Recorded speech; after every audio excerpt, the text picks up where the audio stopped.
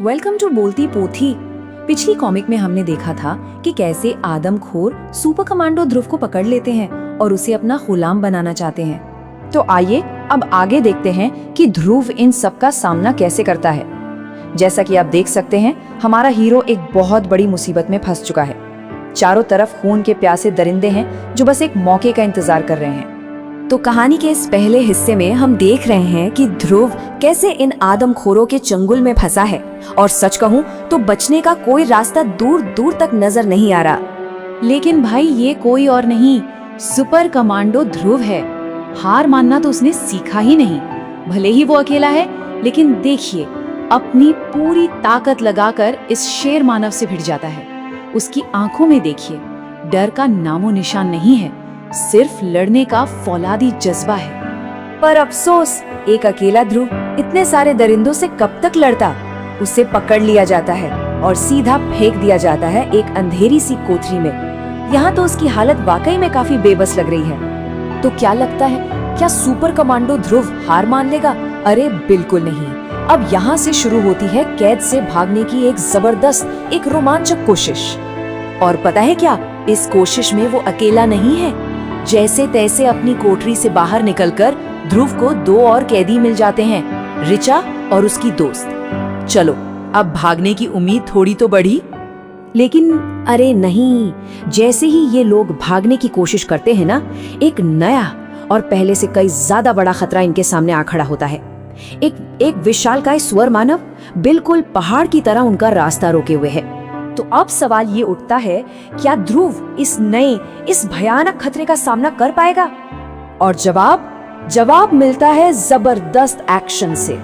ध्रुव अपने कमाल की फुर्ती दिखाता है, उस दैत्य के जानलेवा हमले से बचता है और पलक झपकते ही हवा में उछलकर एक जोरदार किक सीधा उसके जबड़े पर जड़ देता है। क्या किक थी! मतलब इस एक ही वार में ध्रुव ने अपनी पूरी ताकत और टेक्निक सब कुछ झोंक दिया। ये आवाज सिर्फ एक हमले की नहीं है, ये जीत की पहली गूंज है। तो सुअर मानव तो ढेर हो गया, लेकिन ये छोटी सी जीत एक बहुत बड़ी मुसीबत साथ ले आई। उसके गिरने की जोरदार आवाज से बाकी के सारे पशु मानव एकदम अलर्ट हो गए और अब सबको पता चल चुका है कि कैदी भाग रहे हैं। तो एक तरफ जहां ध्रुव और उसके साथी फिर से गिरने वाले हैं, वहीं दूसरी तरफ कहीं और से मदद भी पहुंच रही है। जी हाँ, ये है उम्मीद की एक नई किरण। तो कहानी का सीन अब जंगल के बाहर शिफ्ट होता है। यहाँ पुलिस फोर्स एक इंस्पेक्टर की लीडरशिप में पहुंच तो चुकी है, लेकिन उन्हें जरा भी अंदाजा नहीं है कि जंगल के अंदर उनका सामना किस बला से होने वाला है। और ठीक तभी अंधेरे से निकलकर एक रहस्यमयी नकाबपोश हीरोइन सामने आती है, जिसका नाम है चंडिका। वो उनकी मदद करने आई है। मतलब अच्छाई की टीम को एक नया और बहुत ही पावरफुल साथी मिल गया है। और बस अब कहानी अपनी सबसे एक्साइटिंग मोड़ पर आ गई है। इंसानों और इन पशु मानवों के बीच एक जबरदस्त टक्कर होने वाली है। अब जंगल का पूरा सन्नाटा गोलियों और जानवरों की दहाड़ों से गूंज उठता है। सोचिए, एक तरफ पुलिस की बंदूकें हैं तो दूसरी तरफ इन पशु मानवों की जंगली ताकत। हर तरफ बस अफरा तफरी और लड़ाई का माहौल है। और हाँ, इस लड़ाई में ये दोनों भी किसी से पीछे नहीं है।